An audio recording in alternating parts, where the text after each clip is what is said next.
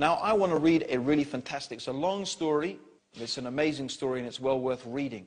And it's the story of a man called Anselm Tورميدا. And he was a priest and a Christian scholar. And he was a person who wrote a book.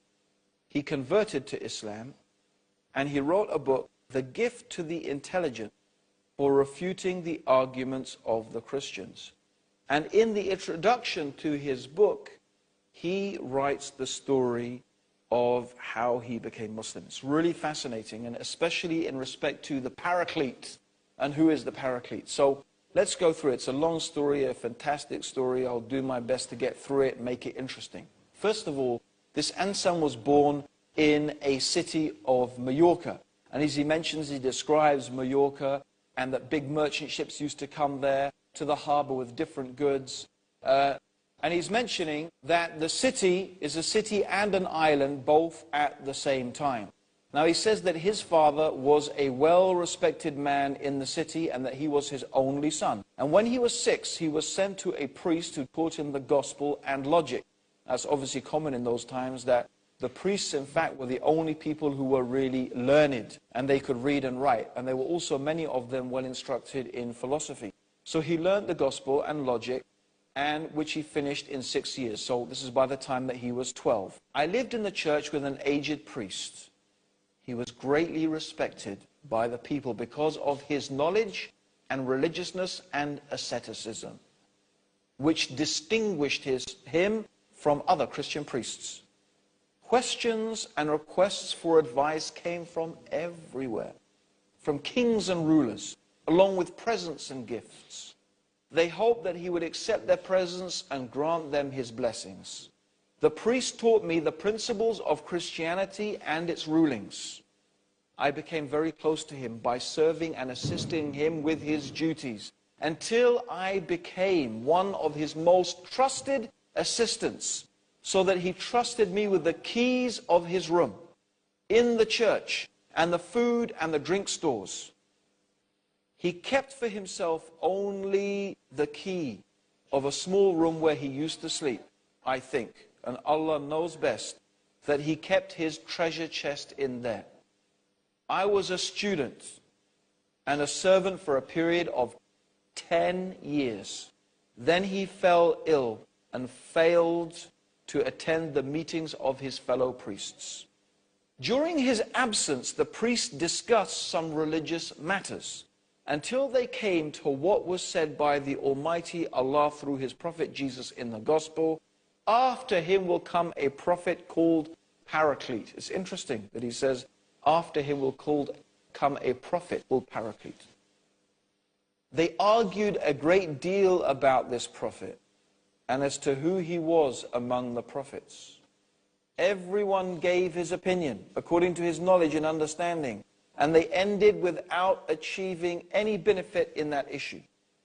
I went to my priest, and as usual he asked me about what was discussed in the meeting that day. I mentioned to him the different opinions of the priests about the name Paraclete and how they finished the meeting without clarifying the matter. He asked me, what was your answer? I gave my opinion, which was taken from interpretation of a well-known exegesis.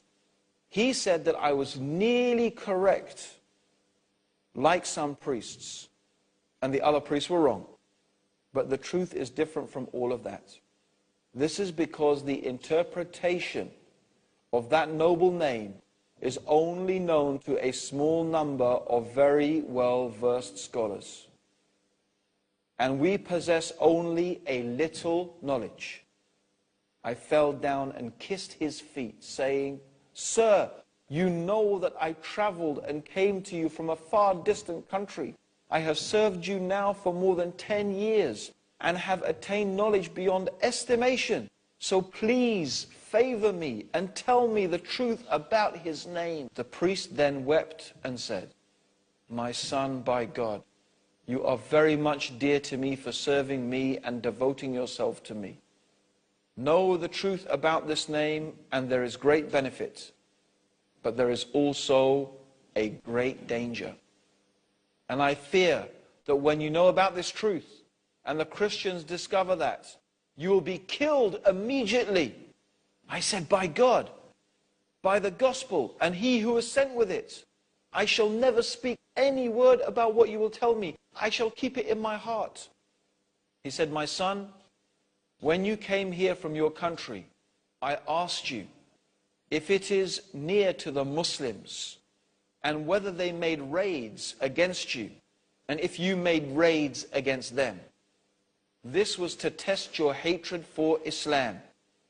Know, my son, that Paraclete is the name of their prophet Muhammad, to whom was revealed the fourth book as mentioned by Daniel.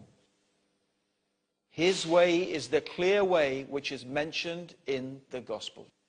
I said, then sir, what do you say about the religion of these Christians? He said, my son, if these Christians remained on the original religion of Jesus, then they would have been on God's religion.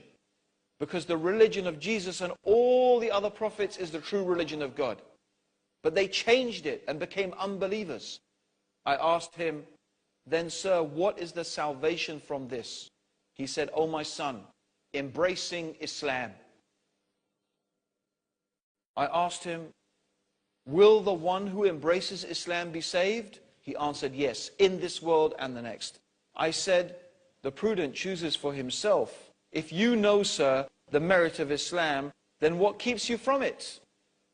He answered, my son, the Almighty Allah did not expose me to the truth of Islam and the Prophet of Islam until after I have become old and my body weakened. Yes, there is no excuse for us in this. On the contrary, the proof of Allah has been established against us. If God had guided me to this when I was your age, I would have left everything and adopted the religion of truth. Love of this world is the essence of every sin. And look how I am esteemed, glorified and honored by the Christians, and how I am living in affluence and comfort. In my case, if I show a slight inclination towards Islam, they would kill me immediately. Suppose that I was saved from them and succeeded in escaping to the Muslims. They would say, do not count your Islam as a favor upon us. Rather, you have benefited yourself by entering the religion of truth, the religion that will save you from the punishment of Allah. So I would live amongst them as a poor man of more than 90 years without knowing their language and would die amongst them starving.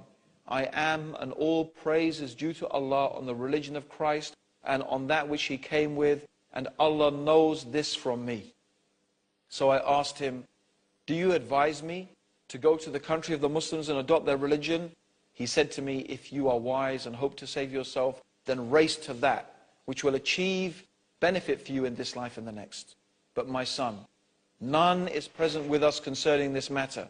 It is between you and me only. Exert yourself and keep it a secret. If it is disclosed and the people know about it, they will kill you immediately. I will be of no benefit to you against them.